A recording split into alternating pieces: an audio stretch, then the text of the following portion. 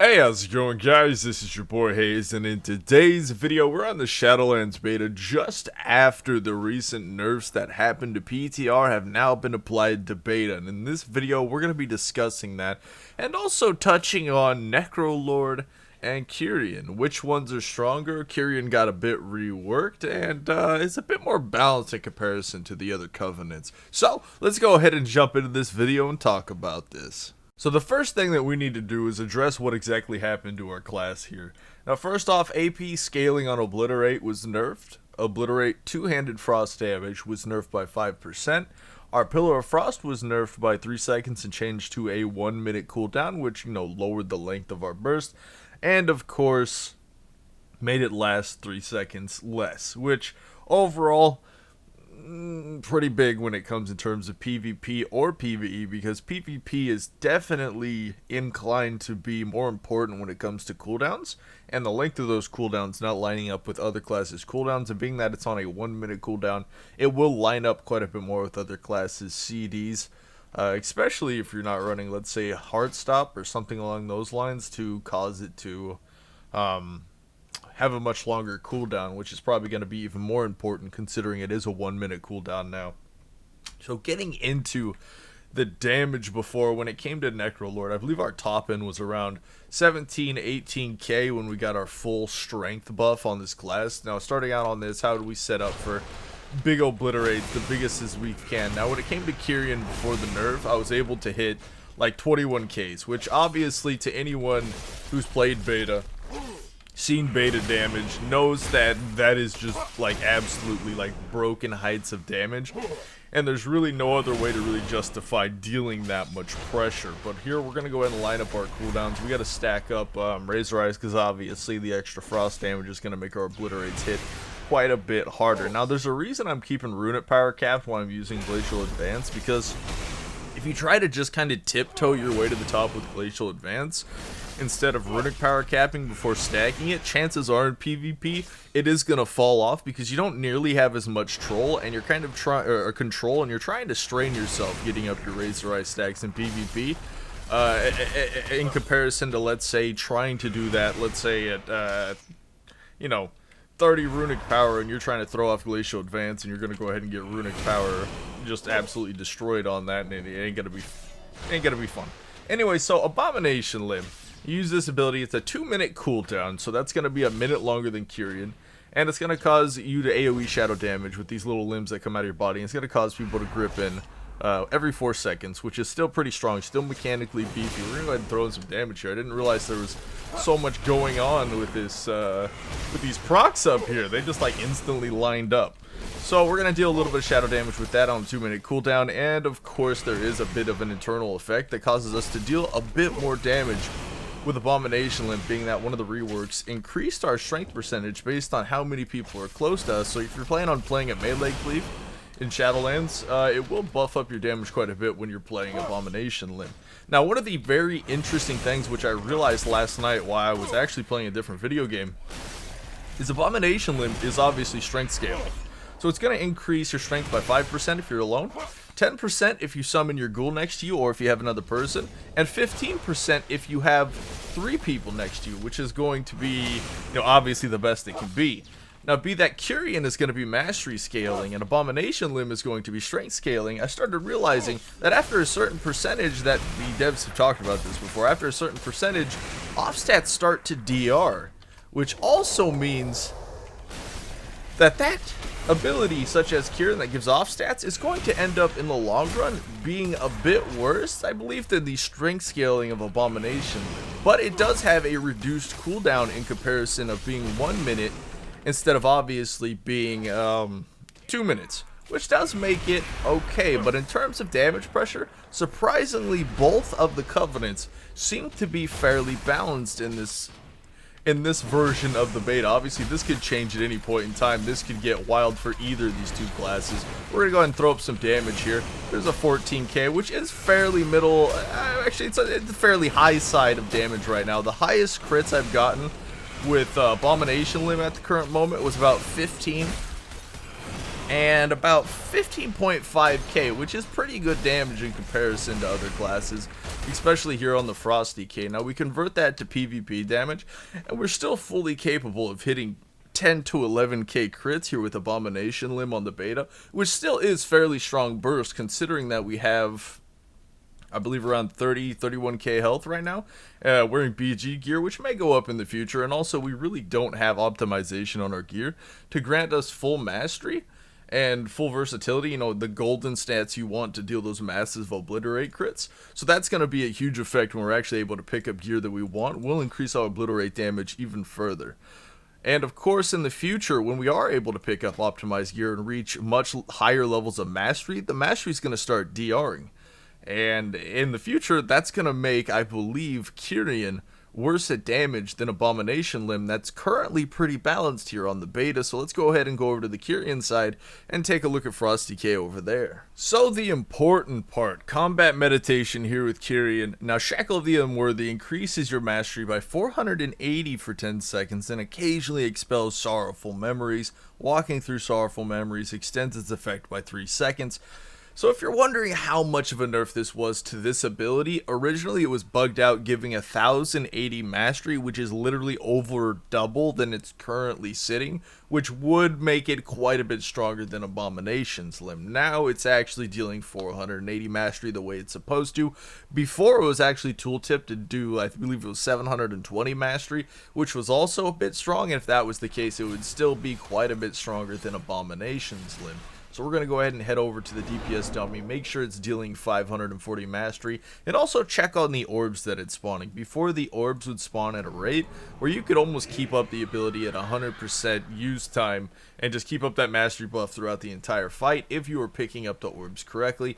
Now I'm kind of curious on whether or not that's going to be the case here. I'm going to go ahead and open up with Shackle just to check that out and see if it's working. We're getting 720 mastery instead of 540 mastery, which I don't know if it's still bugged. I don't know if it's supposed to be doing that, but it seems that it is still a bit stronger than it's supposed to be. Either the tooltip's bugged out or they just have the wrong amount in there. I'm not 100% sure, but it still seems to be having the same effect as it did before, being a bit stronger than the tooltip actually says it is. But in terms of overall raw pressure, if this ability gets fixed, it is going to be weaker than Abomination Limb, which has a 2-minute cooldown.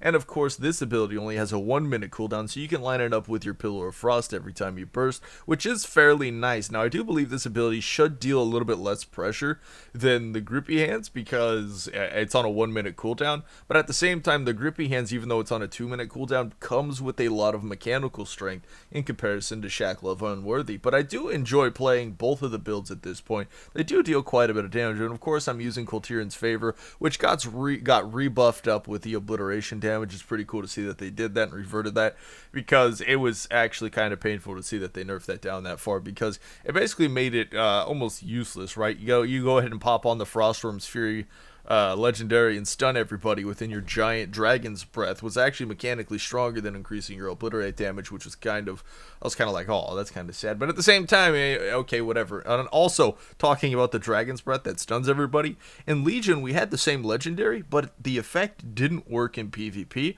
but it currently works in Shadowlands beta, which makes it a lot stronger than, I don't know if it was intended to be this way, but obviously it ended up this way. So we're just AoE stunning the crud out of people using Froststorms in PvP. Ends up being really strong, even though it's a 3-minute stun, because you can chain that, let's say, blind people, stun people, and then, unload your burst on them and just do massive chill streak damage with the mastery increases. So we're going to go ahead and open up on this thing kind of the same way we're doing over there. We got to stack up our Razor Eyes to maximum damage potential. Now, you notice I'm using it early. I shouldn't use it that early, because there's a big potential that it's going to fall off by the time I have 5 stacks on the target, because it does take a while. Now we've got 90% now. We should be okay to go ahead and throw those out. We did get cooldowns lining up right there, but it's okay. We're going to wait until we have 5 stacks, because we really want to see the damage in comparison. Now, to the tests I did yesterday night while I was testing out like the difference between the two of these, Kyrian was still hitting for roughly, I'd say, 1,000 more on major cooldowns, which does make it hit, obviously 1,000 more, a little bit harder with every ability, which is going to give it a little bit more burst. But, kind of like I said with the issue with the other one, yeah, There it is right there. Look at 15.3, 14k, 15.8, and it is kind of scaling heavily as we go, and it did reach a 16k crit, 16.3, and then Pillar obviously being smaller, it's not going to allow you to stack it up nearly as high. But as you can see there, so we got Necrolord around 15k, we've got Kyrian around 16k, doing about 1,000 more damage, and it's still hitting quite hard. Now both of these abilities are going to be hitting obviously 10 to around 13k inside PvP if you manage to line up cooldowns. Outside of that, probably around 8 or 9k with normal cooldowns without popping anything major. And then obviously Killing Machine proc outside of burst probably going to be around 5k. Which is still pretty strong considering that everyone has health pools around 31k. Now, would I be pretty mad about this if we were the only class getting nerfed? Definitely. But being that a lot of the other classes that had broken damage were nerfed down on beta, it does make it a bit better. There are still a few outlying classes that deal a giant magnitude of damage that really shouldn't be hitting that hard, which kind of throws off the balance of things, but it does make it a bit better. Even with kind of the broken trinkets on here, you could see the damage is a bit closer for a lot of these classes. Now we saw that Kyrian here could hit for 15 or 16k. We saw that Necrolord can still hit for around 15k, which is pretty cool. But overall, which one would be better? As I said on the Necrolord, I believe the strength scaling in the long run is going to be more beneficial for DKs, being that off stats start to DR the higher percentage they go. I believe it starts at what 30% or something like that, and as it goes up, it's reduced by 10%, it's reduced by 15%, it's reduced by 20%. But I believe as we pick up actual mastery verse gear and actually optimize our DPS, the reduction of that is going to make Kyrian worse than Abomination Limb in the long run. And personally, if they actually fix this to give 540 mastery instead of the 720 mastery, it's actually going to hit, I believe, either on par or slightly weaker than Abomination Limb. And being that it's only a 1 minute cooldown, I kind of feel like it should, but at the same time, the amount of mechanical strength the Abomination Limb brings is going to be pretty strong. Now, the fact that both of these are fairly balanced and fairly close is really cool, because it's going to give us a decision. Do we want a little bit more damage on a smaller cooldown, or do we want bigger damage and more mechanical strength on a much larger cooldown, giving us a choice instead of, being pigeonholed into one of these decisions or one of the other decisions when it comes to PvP? And that's something I actually really like to see. So before we go and do something else, I don't know, post a video, edit or something like that, I do want to touch on PTR and kind of talk about Frosty K on there, because I did get on there, I did PvP a bit, and I was actually as discouraged as I thought I was going to be on PTR. And being that a lot of the other classes didn't get nerfed really was kind of terrible for us. And I think the thing that made me most angry about it is how many of you were completely excited to play your new two-handers on the PTR, test it out, have some fun with it. Even though it wasn't OP strong, it was still competitive at the time. And I really feel like you guys would have enjoyed it even with the insane burst, because we had a bit of damage pressure coming out, that we had some avenue to actually blow some people up, have some fun, kind of along with the other classes, hitting for 4 to 5k crits, just popping off some stuff here and there with our big obliterates, enjoying ourselves. But instead what we got in PTR was a nerf version of Frosty. Yeah, I feel like the nerf could have waited until beta instead of being nerfed in the PTR. A lot of the excuses I heard from people was, if this is PTR, the balancing doesn't matter. But that's why obviously I was so mad about it. Why would you nerf something that doesn't matter? Because it doesn't matter. The argument itself cancels itself out. It's actually kind of ridiculous and quite a conundrum to actually think about. But overall, I do not like pre-patch. Pre-patch is no bueno for us. Hitting for 2 to 3k. I did get in some like 2v1s, which was fun. I did do that. But once I got into like team fights and I was getting drilled by 15k chaos bolts and 5k plus spammable marksman abilities, you're not going to survive that as a Frosty kit. We don't got enough healing to survive through that and deal a lot of pressure. So we're completely healer reliant and kind of feel like arms warriors on PTR. And overall, it feels terrible to play in big PvP scenarios. Now, on the opposite side of that, I went into scrims. I was like, fine, big AoE pressure, not very friendly to DKs, BGs. As long as I can get people alone, I could actually get off a fun fight. But then I did scrims, right? And I got into a match. It was versus like a Windwalker and Fire Mage. I go up to the Windwalker and I burst on him. I don't allow him to cast. He hits me with like an insta-cast Pyro, and then hits me with an Ignite Dot. And then I literally suppressed this guy to not allow him to get off a single cast. I didn't have to kick a single time, but I completely mitigated him to the point that he had to use Ice Block. During that time on Ice Block, I had 50% health when he hit Ice Block from those insta-casts.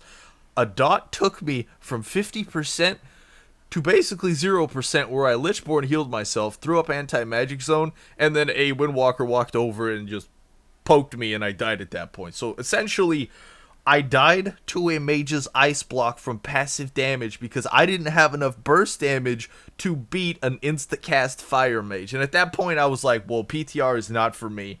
This is absolute garbage. If we would have had our previous burst, I would have been able to make this guy Ice Block before that even occurred, making this insta-cast mechanical stuff not actually worth trying to produce pressure from and actually playing your class correctly. And instead, he basically face-tanked my damage, did more damage than me in insta-cast, and then Ice Block, and I basically died while he was in Ice Block, which that alone just says a multitude of things about balancing in PTR. Like, if that guy was casting on me, hitting me with G-Pies, throwing out some good sheeps, outplaying me, I would have been completely okay with it. But the fact that I completely outplayed him, didn't allow him to do anything, and then still lost, blows my mind to see on PTR, which that shouldn't be something that's occurring. And as you guys know, I've done tons of duels on the PTR. I was out there working with other DKs, talking about strategies, talking about healing, talking about how we're going to fight certain classes. And at the end of the day, when PTR, that nerf came out on PTR, I was like, yo, everything's about to go out the window. We do not have the damage pressure to mechanically compete with these other classes. And that's what a lot of people are seeing. So PTR is a definite bust for Frost DKs. But Shadowlands definitely still has hope in terms of damage and overall burst pressure, making PvP for us Frost DKs a lot better than it's been the past 2 expansions. So I want you guys to kind of lift your heads up, know that the future is currently brighter than PTR, much brighter than it is in PTR. PTR, we are just an absolute, it's not fun to play the class. It's not a good brawling class. It doesn't feel like a good BG class. And overall, I would suggest probably just roll up a hunter, shoot some kids for 5Ks, and then laugh about it while you're doing it, because PTR is nothing going to be just a bad memory when Shadowlands launches in comparison. So I wanted to kind of update you guys on what's going on here in beta, what damage is like, what the nerf actually did to DKs on here, and overall what my ideas were about it, and of course add in my 2 cents about the strength, you know, being a bit better in the long run than taking the off stats. So again, I hope you guys enjoyed this video. Leave a like if you did, subscribe for more Frost DK content, and of course until next time, this was your boy Hazzed.